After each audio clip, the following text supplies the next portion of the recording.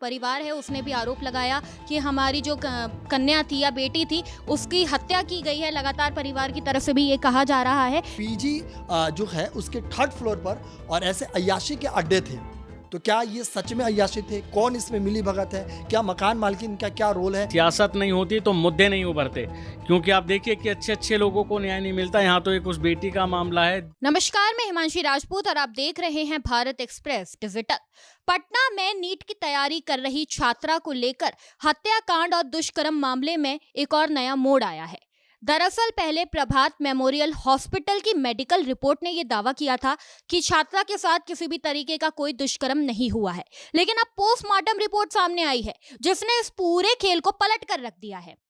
और जो पुलिस की थ्योरी है आत्महत्या वाली, वो भी गलत साबित हो गई है, क्योंकि इस रिपोर्ट के अंदर ये कहा गया है कि छात्रा के साथ दुष्कर्म हुआ था। यानी कि एक रिपोर्ट कह रही है दुष्कर्म नहीं हुआ और दूसरी रिपोर्ट कह रही है दुष्कर्म हुआ। अब ऐसे में इसी मुद्दे पर हमारे साथ बातचीत करने के लिए हमारे सहयोगी हैं, नूर हैं और राशिद जी है। तो चलिए इनसे बात करते हैं। तो सर, सबसे पहले आपसे पूछना चाहूंगी, जिस तरीके से ये पोस्टमार्टम रिपोर्ट आई है, क्या लगता है कौन सी रिपोर्ट सही है और कौन सी रिपोर्ट गलत? बहुत शुक्रिया हिमांशी। देखिए, आपने रिपोर्ट की बात की है और चूंकि जब लड़की का जब आप जिस्म देखेंगे, जिस तरीके से उनके घर वाले का आरोप है और जो वहाँ पे लोग मौजूद थे उनका आरोप है कि उनके बॉडी में ना बहुत नाखून के निशान मिले हैं, तरह तरह के कटे फटे निशान मिले हैं, यहाँ तक कि प्राइवेट पार्ट में भी मिले हैं। तो शुरुआत में भी पुलिस ने कहा कि ये जो है, इससे इनकार नहीं किया जा सकता है कि इनके साथ कुछ गलत ना किया गया हो, और ये बात साबित भी हुई कि कुछ ना कुछ इसके साथ गलत हुआ है। लेकिन सबसे बड़ी बात है कि आखिर कौन है इसके पीछे? ज़िम्मेदार कौन है? क्यों उसको बचाया जा रहा है? पूरा सिस्टम तंत्र मिलकर क्यों छिपाया जा रहा है? यहाँ तक कि ये भी खबरें आई कि 3 दिन तक पुलिस बगल में होने के बावजूद भी घटनास्थल पर शंभू हॉस्टल नहीं जा पाई। आखिर इसके पीछे वजह क्या है? या जब शंभू जो हॉस्टल है, आपने कहीं भी देखा होगा, जो गर्ल्स पीजी है उसका रूल भी है कि वहाँ पे कैमरे वगैरह सुरक्षा के इंतज़ाम होने चाहिए।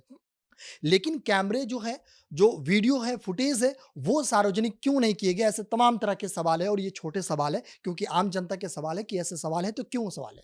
लेकिन चूंकि जैसे ये मामला हाई प्रोफाइल हुआ और धीरे धीरे चीजें गई, तो उसके बाद में बहुत सारी चीजें निकल के आई। सबसे पहले हम थोड़ा सा पीछे चलते हैं। जो मासूम थी वो जहानाबाद की थी, यानी पटना से आप बात करेंगे जहानाबाद को, मुश्किल से 45-50 किलोमीटर की दूरी पे है।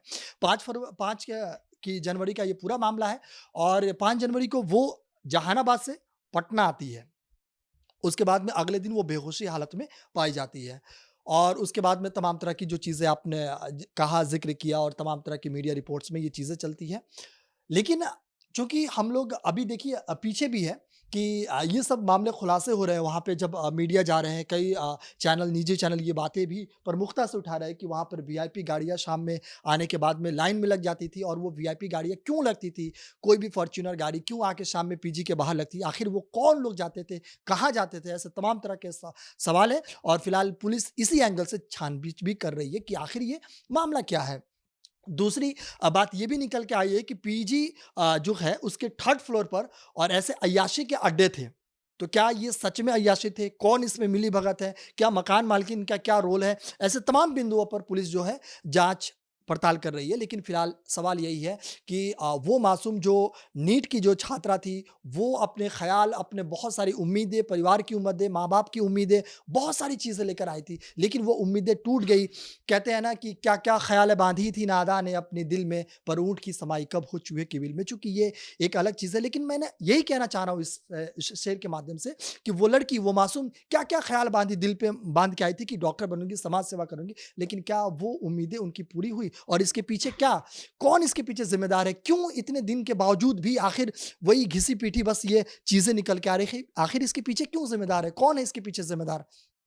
देखिए नूर, सबसे बड़ा सवाल तो यही है कि कौन है इसके पीछे जिम्मेदार। और लगातार जो परिवार है उसने भी आरोप लगाया कि हमारी जो कन्या थी या बेटी थी उसकी हत्या की गई है। लगातार परिवार की तरफ से भी ये कहा जा रहा है। ऐसे में पोस्टमार्टम रिपोर्ट भी निकल कर सामने आई है और दो अलग अलग पोस्टमार्टम रिपोर्ट आमने सामने है। ऐसे में पुलिस किसे बचाने की कोशिश कर रही है, राशिद जी? देखिए, जब अब जो खुलासा हुआ पोस्टमार्टम में, वो वाकई हैरान करने वाला खुलासा है। वो अब जो पोस्टमार्टम रिपोर्ट आई है वो पहले की रिपोर्ट पे सवालिया निशान खड़े करती है कि आखिर उसमें ये सब सारी पुष्टियां क्यों नहीं हुई, और इतनी सारी चीज़ें जो इस पोस्टमार्टम में निकल कर सामने आई है वो वाकई परिवार को हैरान करने वाली है। इसमें पुलिस प्रशासन सबका एक उजागर चेहरा कर दिया है, जिसे अब छुपाया जा रहा था, या जिस जो मामले पे इस पे लीपापोती चल रही थी वो सारी अब उजागर हो गई है। लेकिन सबसे अब मैं आपको बता दूं कि जब से घटना हुई उसके बाद कैसे विरोध प्रदर्शन हुआ, एसआईटी ने अब उसको हॉस्टल को सील कर दिया है, बिहार में प्रदर्शन चल रहे हैं। ये कोई पहला मामला नहीं है, इससे ऐसे ही मामले पहले भी आए हैं जो सवालिया निशान खड़े करते हैं कि आखिर ये सब होता कहाँ है, किसकी नाक के नीचे होता है, इन पर कार्रवाई क्यों नहीं होती है। एक छात्रा जो अपने सपनों को लेकर पढ़ाई करने जाती है, एक परिवार जो पता नहीं कैसे कैसे अपनी बेटियों को भेजता है और उनकी ऐसी दुर्गति होती है, उस पर कार्रवाई पहले क्यों नहीं होती। इस मामले में जिसका भी नाम सामने आ रहा है, अभी मामला कोई खुला नहीं है, लेकिन हाँ, पुलिस प्रशासन इसमें कैसी कार्रवाई करेगा, देखने वाली बात है। हालाँकि परिवार वालों ने पहले ही इस पे आरोप लगा दिया है कि इसमें कैसे लीपापोती का काम चल रहा है, लेकिन देखने वाली बात ये होगी कि इसमें आगे आकर अब और क्या नई नई चीज़ निकलती है।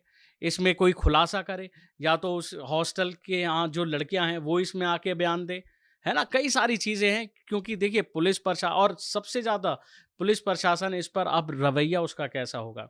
क्या वो इस मामले में कैसी जाँच करेगा? एसआईटी जाँच कर रही है, वो क्या तथ्य सामने रखती है, क्या सबूत सामने रखती है ना? ये सारी चीज़ों को ध्यान में देखते हुए अब आगे के मामले पे नज़रें टिकी हुई हैं, मानसी। जी, जिस तरीके से पोस्टमार्टम रिपोर्ट सामने आई है, पुलिस पर तो सवाल उठना बिल्कुल ही लाज़मी है, लेकिन राजनीतिक जगत की बात करें, तो इस मुद्दे पर सियासत भी बहुत कड़ी हो रही है। पप्पू यादव की तरफ से कई बातें कही गई हैं। नूर, इस पर आप क्या कहेंगे?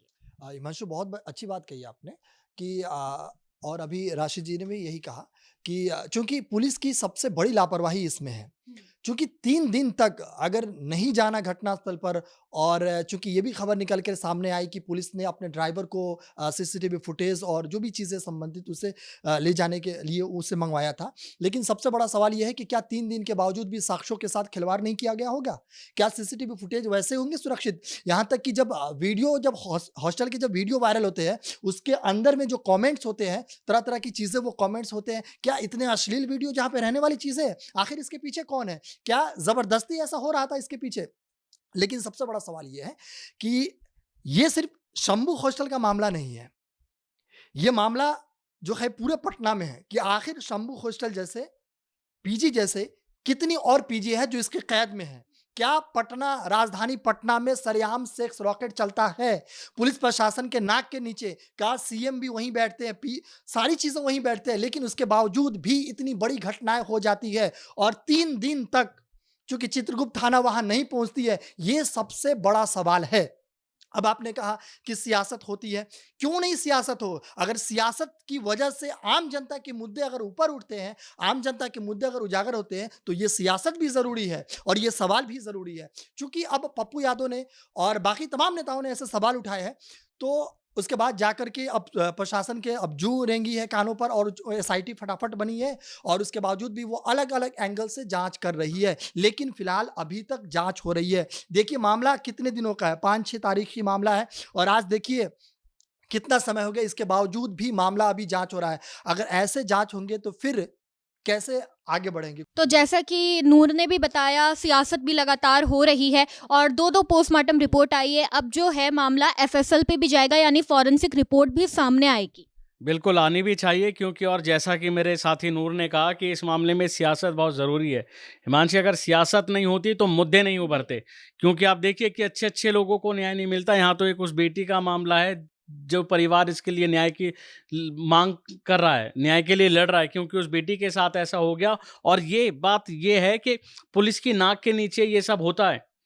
आखिर जो कॉलेज है, पीजी हॉस्टल है, उस जैसे कितने ऐसे हॉस्टल हैं जहाँ ये कांड हो रहा है। सबसे बड़ा सवाल ये कि पुलिस को आखिर जब इतनी बड़ी वारदातें हो जाती हैं, कि ये पहली वारदात तो ही नहीं है, उसके बाद ही क्यों नहीं पुलिस ये जांच करती? बाकी हॉस्टलों में क्यों नहीं जांच करती कि आखिर वहाँ क्या चल रहा है, क्या नहीं है?